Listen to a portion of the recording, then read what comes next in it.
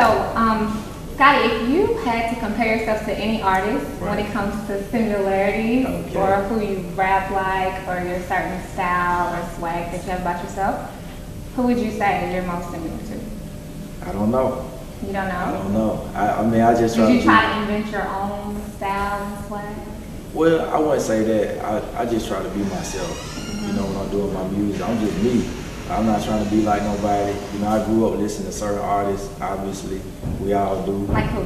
I grew up listening to 8 Ball, MJG, UGK, Outkast, T.I. I'm some of the people, you know, I grew up So Southern rappers. Yeah. So are you a lyrical rapper or do you just like to rap about things that are like hot or catchy taglines and stuff like that? I'm both. Like, I like to rap about catchy taglines, but I'm also a lyrical rapper. Like, my thing is, I want to give you music from the heart. You know what I'm saying? I want to give you music that you can feel, that you can relate to. I feel like that's the music that sells.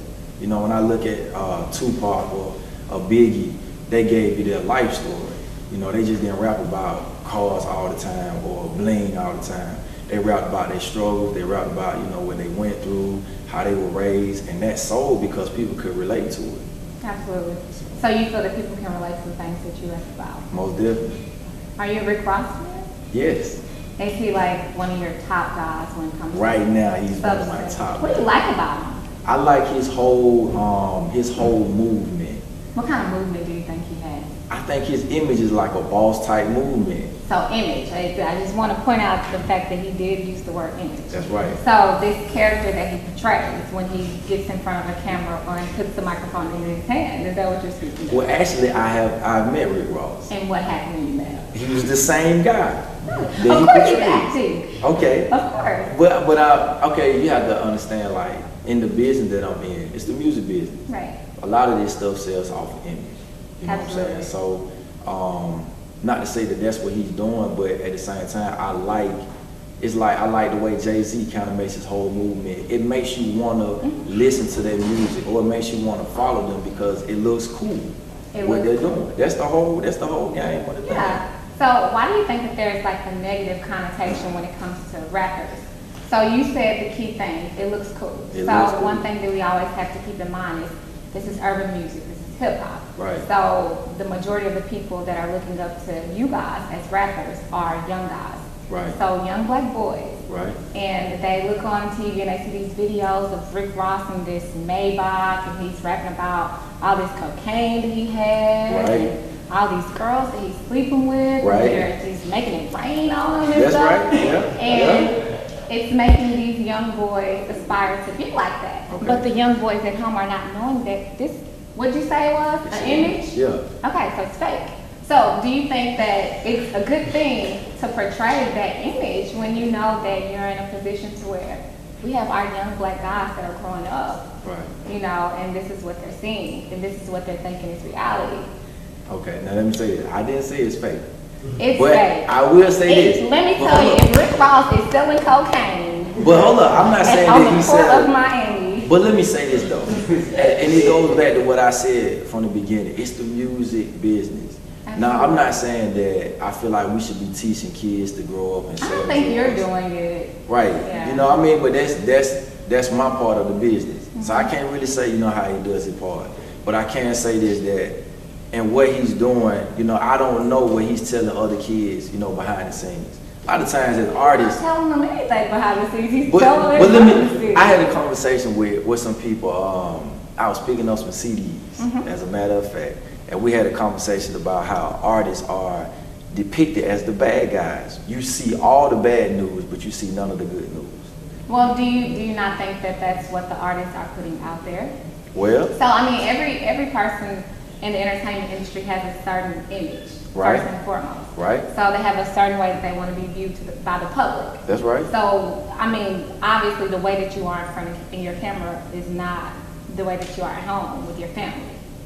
I mean, I Are you am. the same way? Yeah, I'm the Okay. same way. So do you think that when Rick Ross is at home with his family, that he's like talking to his 5-year-old son about making it rain and selling cocaine and like being a boss and all that stuff? I don't know. You know what I mean? I don't. But see. My thing is, as an artist, I always give people the I don't know factor. Because, like right now, I'm here, and you don't know how I am when I leave here. You know, I try to. My thing is, I want to be the same person when I'm on the camera as when I'm, when I'm off the camera. But I don't know what Rick Ross is doing when he's at home, or Jay-Z, or anybody else. But you do think that the way he portrays himself is cool. I do think it's cool. It looks cool, very cool. And another thing, like is your real name Scotty? My real name is Scott. That's awesome. But growing up, my mom called me Scotty, so Scotty. I kind of roll See, with it. I think that that's awesome. That was another issue that I had with rappers. What? Like when you decided you want to be a rapper, you have to change your name to something so that the people that are looking at you can think that you're like tough. Cool. So I'm gonna name myself like Colt 45 or a gun or something. Seriously, like that's what rappers do. Yeah. What's the reason behind that? Because I'm confused. I mean, you gotta sell, and people, unfortunately, right now, the way the music industry is right now, we do anything to get a sale. Whether it's be a sex symbol or, like you said, be glad for it. Are you a sex symbol? No, I'm not a sex symbol. Okay. You know what I'm saying? But do you think that women think you're a sex symbol? Nah, I don't think that. Do you want to be a sex symbol? Nah, I just want to be me. Would you be offended if someone put you out there and was like, oh, he's a sex symbol? I wouldn't be offended by it. Okay. But do you just trying think to it be would myself. increase your album sales? It may. This is the music business. If it does, I'm not trying to do that, but I will take the money. Right. Absolutely. You were explaining something, I cut you off. What was I explaining? Probably something that Glock 40. You was telling me about, okay. I mean, the whole thing is, people do, they come up with different names to sell or to be cool, so. Why is it so important to be cool when you're a rapper? Do you think you have to be cool? If you're not cool, nobody's gonna listen to you or buy your album. So what if it's like being a smart cool? Because obviously what we're showing people is cool. It's like, it's cool to go to the club and make it rain. It's cool to be on Ustream and stuff with like Grey Goose, like, hey, look at me, I'm a rapper, I do this. That's cool. You have to understand where the music industry has come from. From people that I grew up listening to, the movies we watched was stuff like Blow, Menace to Society, Boys in the Hood. These kind of movies were around before some of these artists came. Right. So a lot of younger kids said, guess what? It's cool to sell drugs, or it's cool to be a killer, or whatever it is. So a lot of the music, again, it's the music business. Unfortunately, we make music, some of the times it's stuff that we've been through, some of the times it's things that we've seen. So I can't really speak for every artist, I try to rap about what I've been through, what I've seen, the good and the bad. So. Yeah. Well, I mean, that was an interesting point that you made about whatever you just said. I have to wrap the interview up because people are behind the camera bothering me. I hate when they do that. Okay. So why don't you tell the people at home how they can get in contact with you, listen to your music, or book you for any kind of work that they want to do? Okay. You can get in contact with me through reaching Tammy Mark, which is my manager. Her number is 404. Shout out to Tammy Mark. Shout out to Tammy Mark. The whole LBD, I see you. And you can find me at ScottyATL.com. You can find me on Twitter, Scotty ATL. So if you type in Scotty ATL anywhere, you can find me. Are you approachable? Yes, I am. And if people follow you on Twitter, they can tweet you and expect a tweet back. I do respond myself.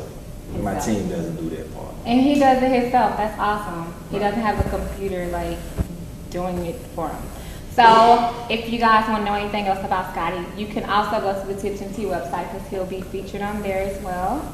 And thank you. Did you try your tea? I tried the tea. Always get to the end of my try it again. Tea party. Nobody drinks tea. You guys don't realize how important it is when I ask you to come have tea with me. Big shout out to Shay and her tea. It's fabulous. Awesome. All right. Well, thank you for coming to have tea with me. All right. And guys, see you.